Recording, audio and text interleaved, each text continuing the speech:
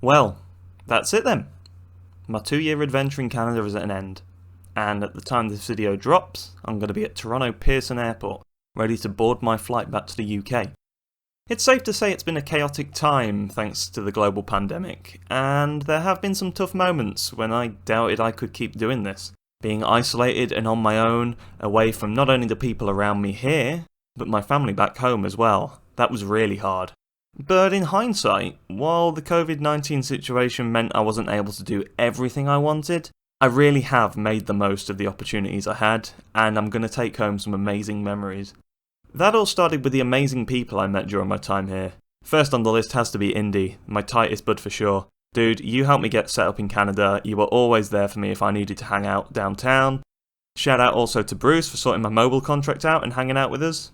Soph and Zeph, heading out to your part of the world to get out of the city and enjoy a bit of rural life was amazing, and I'll always be grateful to you and your families for taking me in for the first Christmas in my life I ever spent away from my family. Thank you. I did rise to the challenges, whether that was filling all this time spent alone, trying to be productive, or just finding my bearings in the city. More importantly, I fought against the clock to find a job during lockdown before my finances ran out and I would have had to board one of the very few flights back to England. Thank you to Freshco for taking me on board.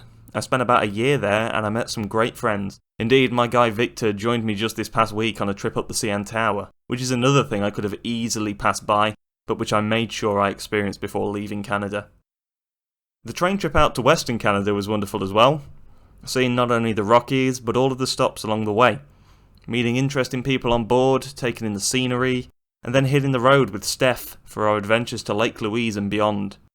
That was a packed and truly memorable journey, and it's one that I'll treasure for my whole life. Thank you too to Jordan for showing us around Vancouver. You're up, man.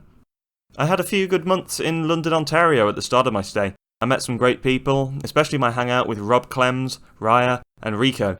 But at this point, I feel like Toronto is my second home. I'm going to miss the food, the pea meal bacon, the poutine, butter tarts, sushi pizza.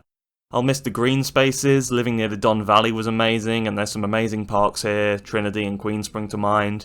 The TTC? Not so much. I won't miss you at all.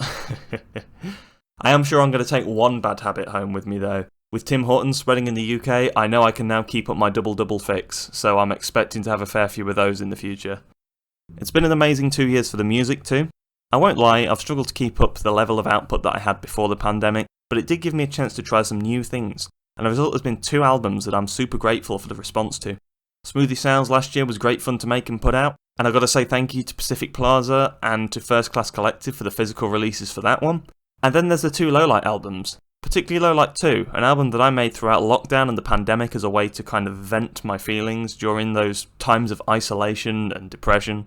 So it means a lot to have seen a good response to that one, given it was such an introspective and personal piece of work for me. Thank you to Business Casual for the opportunity to release that with you. And to Correspect, thank you for the Rhythm in My Soul vinyl. To all the amazing online show organisers that I've been invited to perform for, thank you. That's kept me going. The online scene has been amazing during lockdown. It's been so good to be able to keep performing, even online. But most of all, to the Kawaii Bass Gang, Panic Pop, Epicuro, Michael Staples, Six Stroke, for letting me get to a live show in Toronto and have that under my belt before leaving. I thought it wasn't going to happen, but you pulled out all the stops to make it happen in September before I left. So thank you. Honestly, I could rack off experience after experience. Niagara Falls, Western Canada, all the times in Toronto, the live shows. But yeah, we'd be here all day. This video sits at the end of my Strawberry in Canada playlist, more than 30 videos documenting my adventures and hijinks in this fine country. I'll always be able to look back on those videos and remember the times that I spent here fondly. So from here, back to the UK for my next chapter of life. I'm not sure what it's going to hold, but I'm looking forward to finding out.